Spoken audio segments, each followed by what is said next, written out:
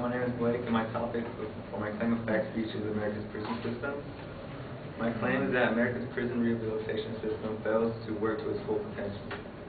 Rehabilitation, according to freedictionary.com, is to restore to good health or useful life as through therapy and education. I will provide 3 sub-claims. First, that our prisons are financially ineffective. Second, that our prisons fail to rehabilitate. And lastly, that the conditions in which our prisons are held in fail to produce positive outcomes or successful rehabilitation.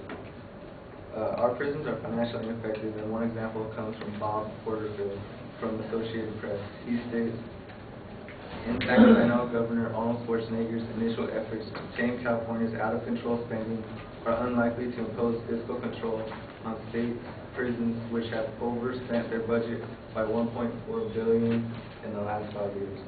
This doesn't sound reasonable until you know how much it costs to house just one prisoner for 1 year. According to reporters Scott Smith, state officials estimate that an average prisoner costs California about $35,000 a year. The second subclaim is that prisoners fail to rehabilitate. The reason the readmitted in the penitentiaries is all too familiar occurrence. If prisoners were rehabilitated or restored to good health and useful life, then why is he back in the penitentiary? The fact is brought to you by the U.S. Department of Justice Bureau of Justice Statistics report that of the 272,000 released from prison in 15 states in 1994, an estimated 67.5% were rearrested for a felony or serious misdemeanor within 3 years.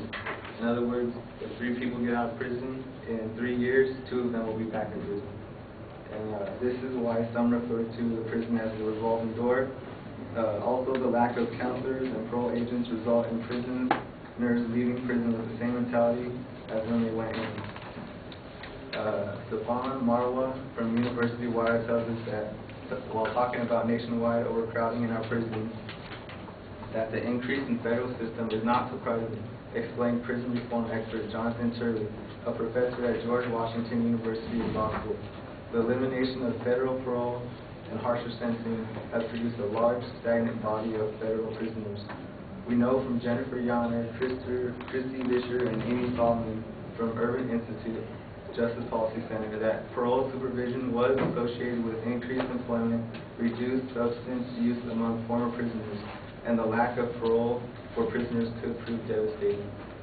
My last subclaim is that conditions in which prisoners are held fail to produce positive outcomes or successful rehabilitation. Many prisoners have nothing to look forward to, nothing to lose, and therefore have no incentive to better themselves. Greg Huffman, a correctional officer in Pennsylvania, says there are many institutions that provide lifers with opportunities to earn college degrees. How many good kids with a clean record cannot afford to go to college? We have criminals who have committed heinous crimes, throwing their caps at college graduation, while good kids are not accepted or cannot afford to go to college. Inmate programs are intended to promote rehabilitation are nothing more than mandatory prerequisites for release, and that rehabilitation lies in one's heart, and one has to desire to be rehabilitated. Susan Hillen responds, most offenders are thrown back into the same social and economic situation that they were in before they enter prison, and they are thrown back into the same life that led them to prison in the first place. If they do receive education and job training while in prison, what good is it, since most reputable companies will not hire persons with felony backgrounds, and that prisoners come out better criminals than when they went in. These truths have to break a prisoner's spirit and hope of living legitimately. Poor rehabilitation conditions such as overcrowding are a contributor to high violence and crime within prisons. John Howard shares with us that research has indicated that overcrowding has 3 types of effects on daily prison environment. First, there is less of everything to go around, so the same space and resources are made to stretch even further. The second is that opportunities for inmates to participate in self-improvement and rehabilitative programs such as academic employment and vocational training are curtailed.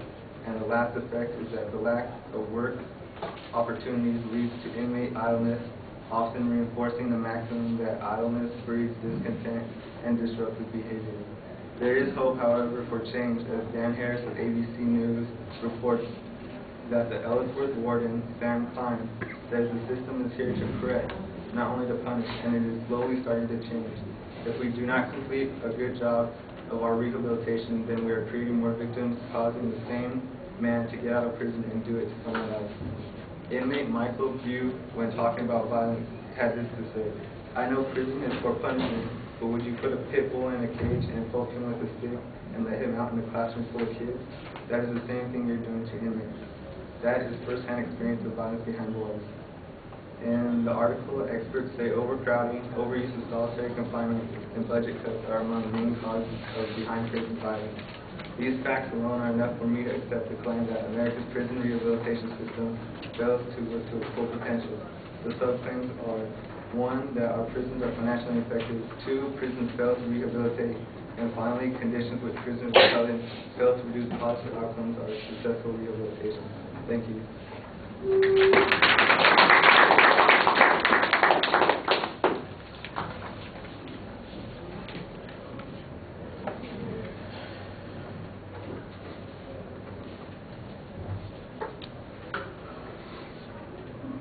All right, the proposition's clearly identified. All the structural stuff is fine.